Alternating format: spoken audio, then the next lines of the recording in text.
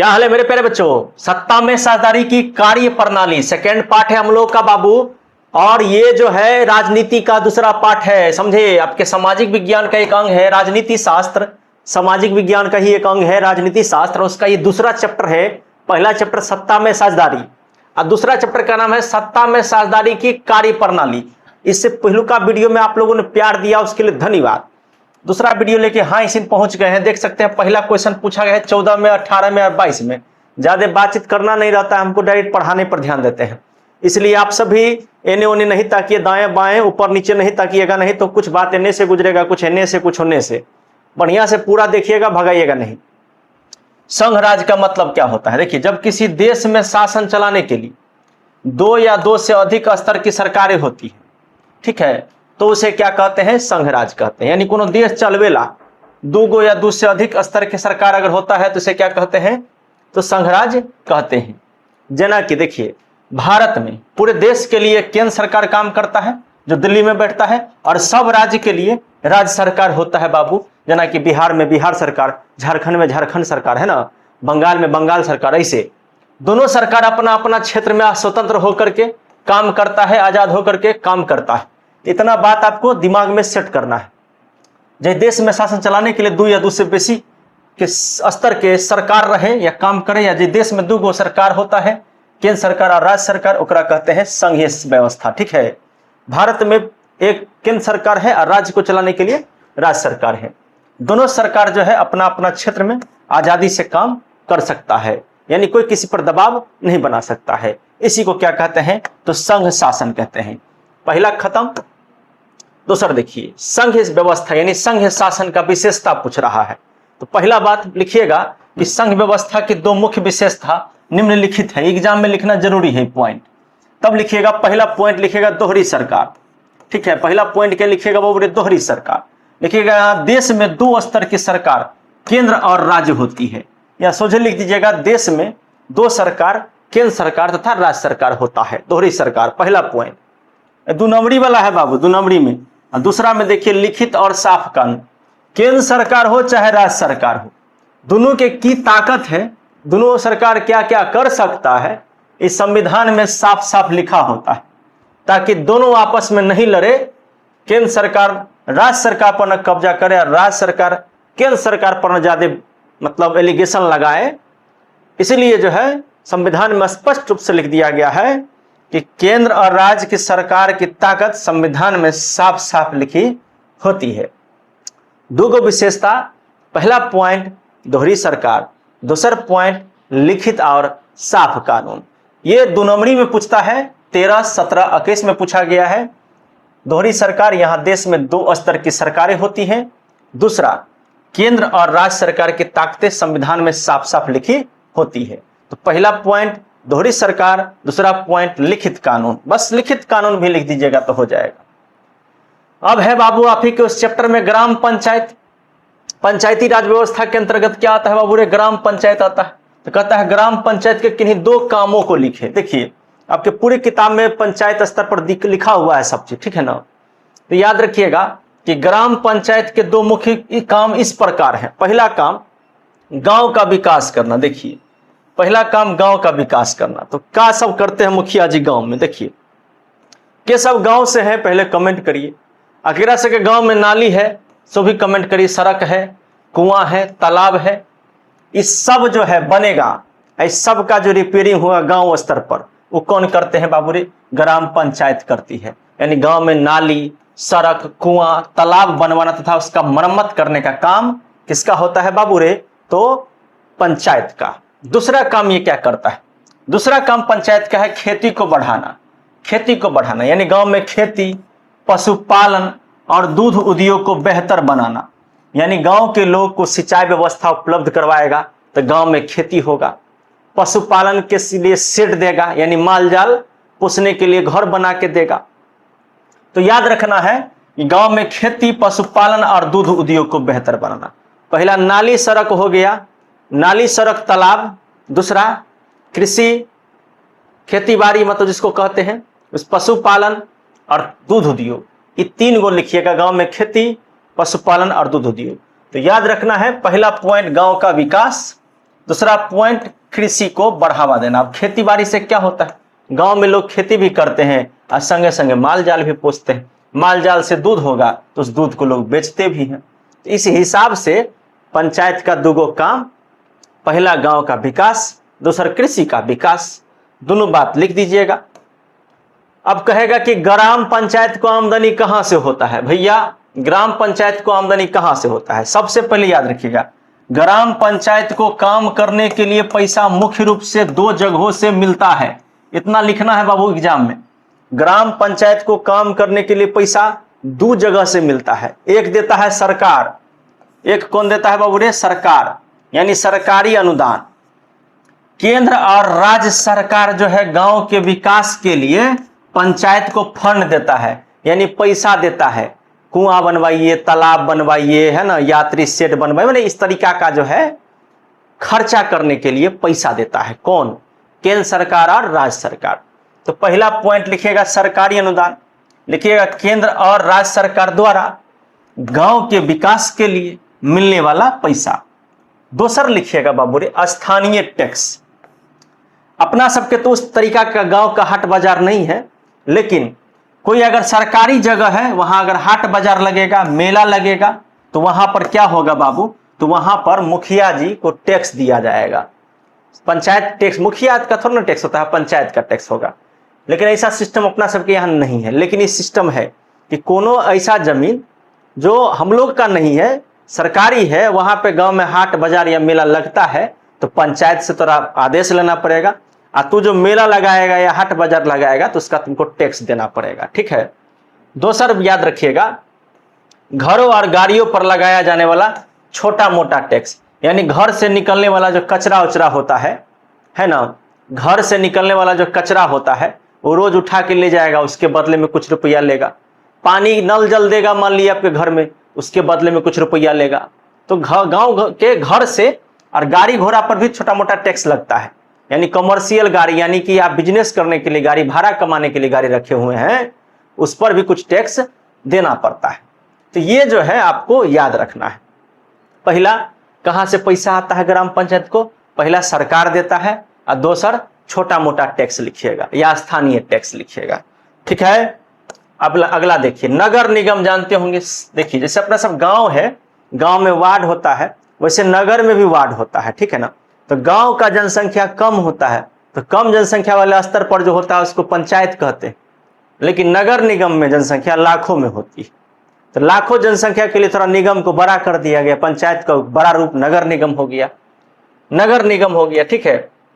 नगर निगम के 3 गो काम को लिखे, ये बराबर पूछता रहता है एग्जाम में, 12 में, 16 में, 20 में काम पूछेगा तो वही है भाई। पहला काम, नगर निगम के 3 मुख्य काम निम्नलिखित है। पहला काम, ये साफ सफाई करता है, शहर का पूरा साफ सफाई का व्यवस्था, शहर के सड़क नाली के साफ कराना, कूड़ा कचरा को उठवाना, ये काम होता है इसका पहला। दूसरा पानी और बिजली, शहर के लोगों के लिए पीने के साफ पानी की व्यवस्था करना और सड़कों पर लाइट लगवाना, ये दूसरा काम होता है नगर निगम का। शहर में जन्म मृत्यु का हिसाब रखता है कौन, नगर निगम। शहर में कितना बच्चा जन्म लिया, कितना आदमी मर गया, उसका रिकॉर्ड रखना, ये 3 गो काम जो है नगर निगम का होता है। भैया एकदम इजी क्वेश्चन है, इसको ज्यादा नहीं, वैसे भी आप लोग समझ जाइएगा। ठीक है ना। अगला देखिए हम लोग का अगला क्वेश्चन क्या है। ठीक, अगला क्वेश्चन है कि जिला परिषद के 3 मुख्य कार्य क्या है। देखिए जिला परिषद का चुनाव जो होता है बाबू, वो पंचायत चुनाव के साथ ही होता है। ठीक है। तो देखिए जिला परिषद के पूरे जिले के विकास के लिए काम करती है, और इसके मुख्य काम ये हैं, यानी जिला परिषद का काम है कि पूरे जिला का विकास करना। नगर निगम का काम एक नगर का होता है, पंचायत का काम एक पंचायत के लिए होता है, लेकिन जिला परिषद का काम जो होता है एक पूरे जिले के लिए होता है। तो जिला परिषद के काम के बारे में लिखना होगा, तो लिखिएगा पहला पॉइंट, सबसे पहले जिला परिषद पंचायत को मदद करता है। जिले के सभी ग्राम पंचायतों को काम की देखरेख कौन करता है बाबू रे, जिला परिषद। लिखिएगा जिला में जितना भी पंचायत है उसके काम का देख रेख करता है, पहला काम। दूसरा काम देखिए बजट बनाना, पूरा जिला के विकास के लिए योजना और बजट तैयार किया जाता है, यानी प्लानिंग। बिना प्लानिंग के कहीं कोई जाता है नहीं ना। तो जिला का विकास हो उसके लिए प्लानिंग भी बनाता है और कितना खर्चा होगा उसका बजट भी तैयार करता है। तो पूरा जिला के विकास के लिए योजना बनाना तथा बजट बनाना। तेसर, सरकार को सलाह देना, जिले की समस्या के बारे में राज्य सरकार को बताना। यानी जिला परिषद का काम है कि मधुबनी जिला में कौन कौन समस्या है, उस समस्या को सरकार को बताना। ये इसका 3 काम, पहले पंचायत के काम का देख रेख, दूसर जिले के लिए योजना बजट बनाता है, तीसर समस्याओं को राज्य सरकार तक पहुंचाने का काम करता है। ठीक है, अब इसके बाद नेक्स्ट क्वेश्चन देखिए महापौर कौन होता है? इसको मेयर कहते हैं। क्या कहते हैं बाबू रे? मेयर कहते हैं। महापौर को जो है अंग्रेजी में मेयर कहते हैं। मेयर का चुनाव कहां होता है बाबू रे? नगर निगम में। ठीक है, देखिए नगर निगम के सबसे बड़े अध्यक्ष को महापौर या मेयर कहा जाता है। इस बात को आपको याद रखना है कि नगर निगम में जैसे अपना सबके मुखिया चुनाव होता है, वैसे नगर निगम में जो चुनाव होता है वो किसका? मेयर का चुनाव होता है। ठीक है ना। अब वही मेयर जैसे गांव में पंचायत में मुखिया जी काम करते हैं, उसी प्रकार पूरे जिला में जो मतलब पूरे नगर में, एक नगर में जो काम देख रेख होता है वो मेयर करता है। ठीक है, तो नगर निगम के सबसे बड़े अध्यक्ष को महापौर या मेयर कहा जाता है। महापौर का चुनाव नगर निगम के वार्ड पार्षद द्वारा होता है।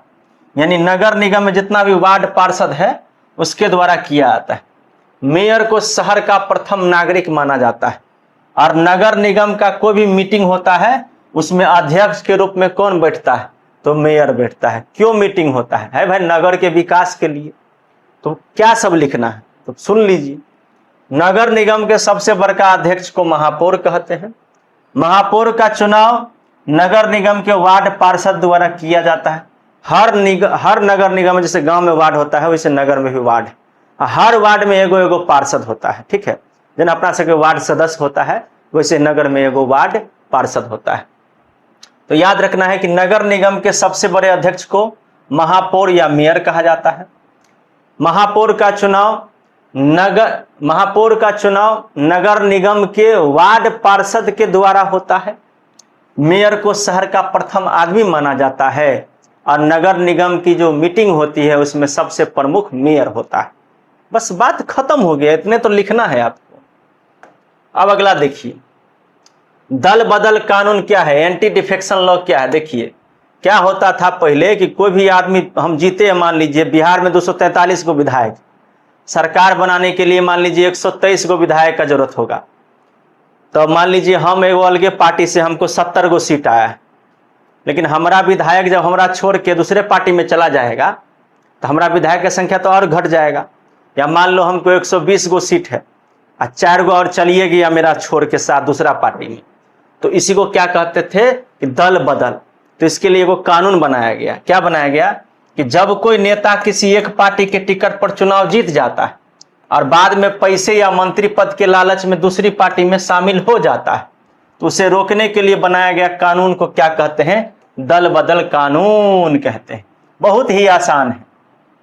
जब कोई नेता किसी एक पार्टी के टिकट पर जीत जाए चुनाव, जीतने के बाद पैसा या मंत्री पद के लालच में, यानी मान लीजिए कि हमको सरकार बनाने के लिए 2 सीट चाहिए, 120 गो है मेरे पास, 3 गो और चाहिए तो हम 3 गो किसी जीते हुए विधायक को कहेंगे कि आओ मेरे पार्टी में आ जाओ, तोरा हम फलना मंत्री बना देंगे, तोरा हम चिलना मंत्री बना देंगे, तोरा हम उप मुख्यमंत्री बना देंगे।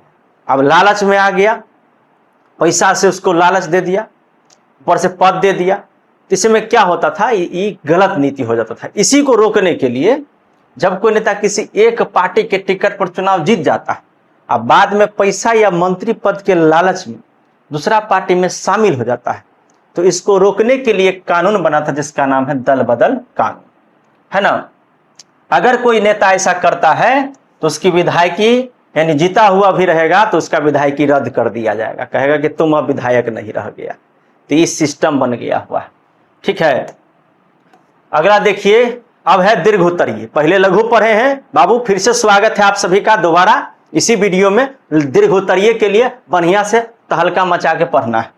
चलिए, भारत के संघ व्यवस्था के मुख्य विशेषता, फिर से दीर्घ उत्तरीय में भी पूछा गया है, 14 में पूछा है, 17 में पूछा है, तो इसको भी वैसे ही याद रखना है कि भारत के संघ शासन की मुख्य विशेषता निम्नलिखित हैं। पहला लिखिएगा दोहरी सरकार। इसमें भी पहला पॉइंट क्या लिखिएगा, दोहरी सरकार। भारत में दो तरह की सरकार है, केंद्र सरकार और राज्य सरकार, ठीक है। जैसे केंद्र सरकार दिल्ली में, राज्य सरकार बिहार में। दूसरा लिखिएगा शक्तियों का बंटवारा, ई लिखिएगा ताकतों को 3 सूची में बांटा जाता है, संघ सूची में जैसे सेना में, बैंक में और राज्य सूची में, पुलिस, जेल और समवर्ती सूची में। तो आपको याद रखिएगा शक्तियों का बंटवारा। पहला हुआ संघ सूची, यानी कि भारत की सरकार जो है पावर को 3 भागों में बांट दिया है। देखिए कैसे, पहला में हो गया सेना, देश की सेना और देश का बैंक। दूसरा में हो गया राज्य का पुलिस और राज्य का जेल। और तीसरा में हो गया शिक्षा। तो पूछेगा आपको एग्जाम में, पूछेगा बाबू कि संघ व्यवस्था के तीनों सूचक को लिखे या सूची को लिखे। पहला सूची का नाम संघ सूची, जिसमें आता है सेना और बैंक। दूसरा सूची का नाम राज्य सूची, जिसमें पुलिस और जेल आता है। और तीसरा सूची का नाम समवर्ती सूची, जिसमें शिक्षा आता है, जो सबके लिए एक समान। इस प्रकार शक्तियों का बंटवारा किया गया, ठीक ना। उसके बाद देखिए तीसरा पॉइंट लिखिएगा, संघ शासन में लिखित संविधान, यानी भारत का संविधान लिखित है और देश में सबसे ऊपर है। सरकार संविधान से बाहर जाकर मनमर्जी नहीं कर सकता है, यानी भारत का संविधान भारत के लिए सबसे प्रमुख है। कोई भी सरकार संविधान से ऊपर नहीं है और कोई भी सरकार संविधान को मानकर ही चलेगा। संविधान से बड़ा कोई सरकार नहीं हो सकता है। चौथा लिखिएगा स्वतंत्र न्यायपालिका, समझे ना। इसका मतलब क्या होता है, देखिए केंद्र और राज्य सरकार के बीच झगड़ा होने पर फैसला करने के लिए, यानी किसी भी मामला को लेकर के केंद्र सरकार और राज्य सरकार के बीच अगर कोई मामला है तो उसकी सुनवाई के लिए हमारे देश में न्यायपालिका है, जो न किसी सरकार का होता है न किसी आदमी का होता है, एकदम स्वतंत्र है, ठीक है ना। वो सबके लिए समान होता है। तो 4 गो विशेषता लिखना पड़ेगा संघ शासन व्यवस्था का, ठीक है। अगला पॉइंट देखिए, 73वां संशोधन हुआ था बाबू संविधान में। इसके बारे में पूछेगा कि पंचायती राज में क्या बदलाव हुआ। बहुत ही ज्यादा VVI, MVI, most VVI question है इस बार का। देखिए 73वां संविधान संशोधन कहिया हुआ था, 1992 में पहला बार। और इसके द्वारा क्या किया गया था, पंचायती राज में बदलाव हुआ था। तो इसको उत्तर क्या बदलाव हुआ था ये पूछ रहा है आपसे। उत्तर में क्या सब लिखिएगा, देखिए पहले बढ़िया से बात को पकड़िए। लिखिएगा कि साल 1992 में 73वां संशोधन द्वारा पंचायती राज को मजबूत किया गया। साल 1992 में 73वां संशोधन द्वारा पंचायती राज को मजबूत किया गया। साल 1992 में 73वां संशोधन द्वारा पंचायती राज को मजबूत किया गया। करकरा के 3 लाइन पर 3 मिनट पढ़ दिए। अब पहला पॉइंट देखिए, दीर्घोत्तरी में पॉइंट याद रखना है। 3 स्तर की व्यवस्था, पंचायतों का 3 स्तरीय ढांचा लागू किया गया। ग्राम पंचायत, पंचायत समिति और जिला परिषद। यानी पंचायत को देखेगा कौन, ग्राम पंचायत। गांव को कौन देखेगा, ग्राम पंचायत। ब्लॉक को कौन देखेगा, पंचायत समिति। पूरे जिला का कौन देखेगा, जिला परिषद। यानी इस बात को याद रखना है। 3 स्तर की व्यवस्था किया गया, यानी पंचायतों को 3 भागों में बांटा गया। पहला ग्राम पंचायत, जो गांव के देखरेख, गांव के विकास के बारे में सोचेगी। दूसरा पंचायत समिति, जो ब्लॉक स्तर पर ब्लॉक के विकास को सोचेगी। और तीसरा जिला परिषद, जो पूरे जिला के विकास के बारे में सोचेगी, ठीक है। दूसरा पॉइंट याद रखना है, नियमित चुनाव। हर 5 साल पर चुनाव होना जरूरी कर दिया गया। पहला पॉइंट 3 स्तर की व्यवस्था किया गया। दूसरा पॉइंट कि हर 5 साल पर दोबारा चुनाव करवाने की प्रक्रिया कर दिया गया। अब इसके बाद और भी पॉइंट देखिए। तीसरा पॉइंट महिलाओं को आरक्षण। देखिए याद रखना है कि पंचायतों में महिलाओं को 33% आरक्षण दिया गया। बिहार में पंचायती राज में महिलाओं को 50% है। देखिए देश में महिलाओं को पंचायती राज में 33% आरक्षण मिला हुआ है, लेकिन बिहार में 50% मिला हुआ है आरक्षण महिलाओं को। 2 गो क्वेश्चन पूछेगा ऑब्जेक्टिव में, ठीक है ना। देखिए महिलाओं का आरक्षण हो गया। उसके बाद राज्य चुनाव आयोग। देखिए चुनाव सही समय पर कराने के लिए राज्य चुनाव आयोग बनाया गया। देखिए जैसे भारत में मोदी जी वाला चुनाव होता है, मुख्यमंत्री वाला चुनाव होता है, प्रधानमंत्री वाला चुनाव होता है, तो उसको निर्वाचन आयोग करवाता है, ठीक है। वैसे मुखिया चुनाव जो होता है बाबू, उसको कौन करवाता है, तो राज्य चुनाव आयोग करवाता है, ठीक है। और 5वां हो गया पैसा की व्यवस्था। गांव के विकास के लिए अलग से फंड की कानूनी व्यवस्था किया गया। यानी हर राज्य सरकार या केंद्र सरकार गांव को गोद ले, गांव का डेवलपमेंट करे, उसके लिए अलग कानून बना कि आप पैसा का व्यवस्था करके गांव को दीजिए। इस तरीके से आपको 5 पॉइंट हो गया। अब कुछ करना नहीं है, पॉइंट को बार बार पढ़िए, बार बार पढ़िए, बार बार पढ़िए, पॉइंट पढ़िए और फिर सोचिए कि इस पॉइंट पर लिखना क्या है, और छापिएगा तो कसम है आपको 1 नंबर भी नहीं आएगा। छापना जरूरी नहीं है, समझना जरूरी है बाबू। समझ लीजिएगा ना तो एकदम दंदना जाएगा आपका रिजल्ट। फिर एगो अगला पाठ लेके आएंगे, इस पाठ का इतना जरूरी था वो हम पढ़ा दिए। फिर मिलते हैं नेक्स्ट क्लास में, तब तक के लिए जय हिंद।